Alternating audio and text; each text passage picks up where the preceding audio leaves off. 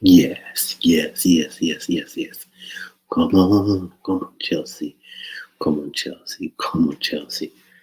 Um, well, as you can see, well, rather as you can guess, um, the match, what the Chelsea match versus Brighton, and contrary to my previous prediction, because on this channel I always my hands up when I'm wrong.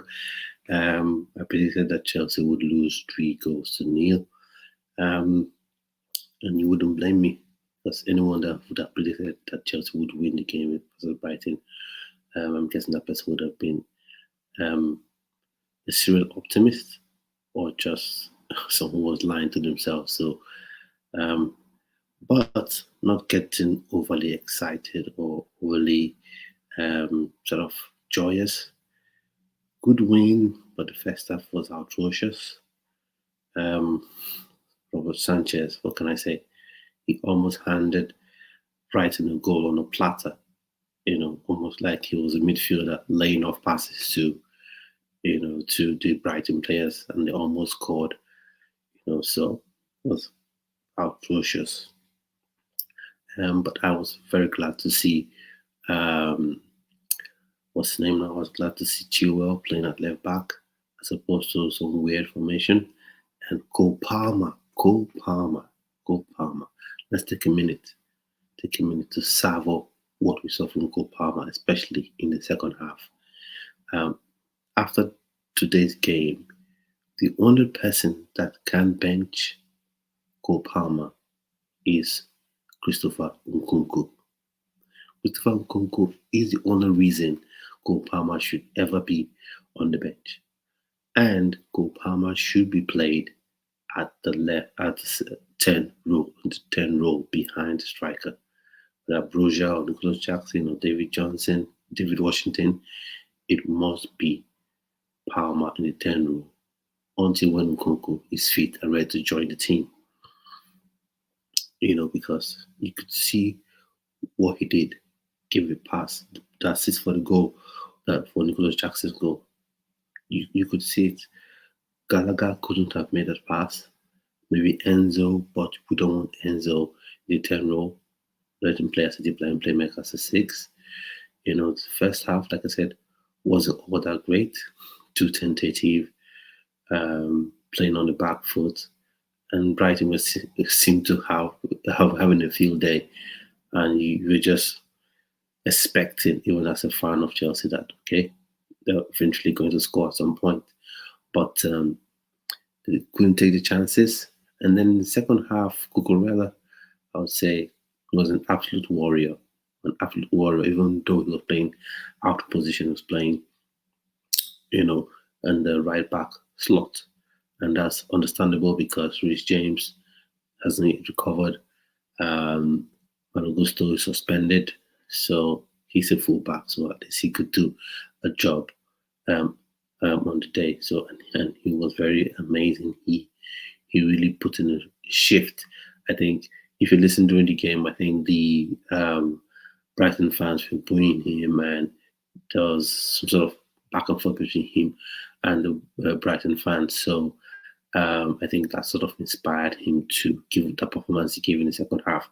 If he can replicate that performance in threefold, I think he should um, be allowed to play the next game against Fulham. I think it's on Monday. But back to this game. A win is a win. It wasn't a stellar performance.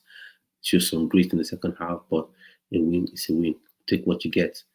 As the saying goes, beggars can be choosers, but we got the win.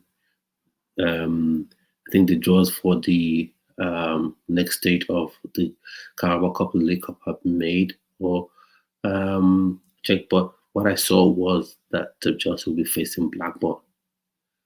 So not not calling any fixture that would face any team will face easy because this is we've seen any team can really um, get results against us, and then this win doesn't shroud, doesn't cover that. But excited with the win because the win is a win. Let's see if the team can indeed build on this going into next game versus Fulham. So glad you're here watching this video. It's the third video on this channel, so please subscribe, like, and share this video. This is Blue Bridge FC TV, and thanks for watching and subscribing to the channel. And want to give a special mention for the man of the hour. For me, I think he's the man of the match.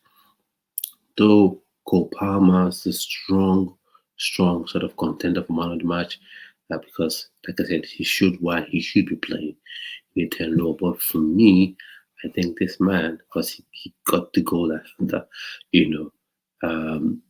gave the team the victory. So for me, Nicholas Jackson.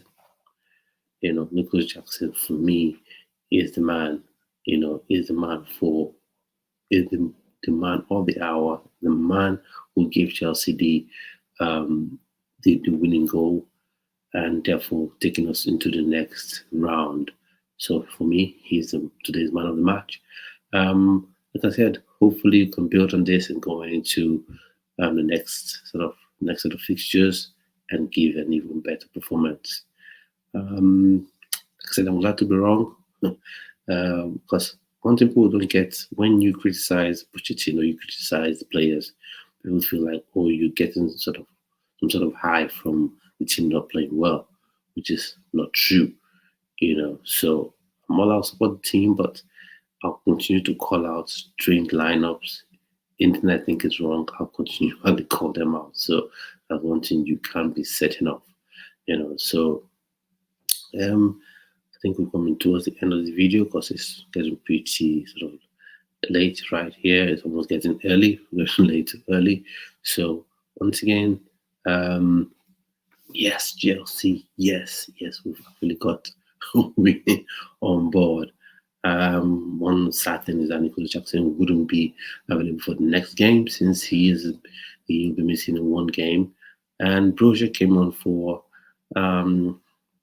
nice cameo, sort of a handful for the Brighton defense. So hopefully he may be fully fit to play at the game against Fulham. So hopefully on to better things coming on next for the next game, and hope build on this performance and not return to the present past form. So on the match, Nicholas Jackson.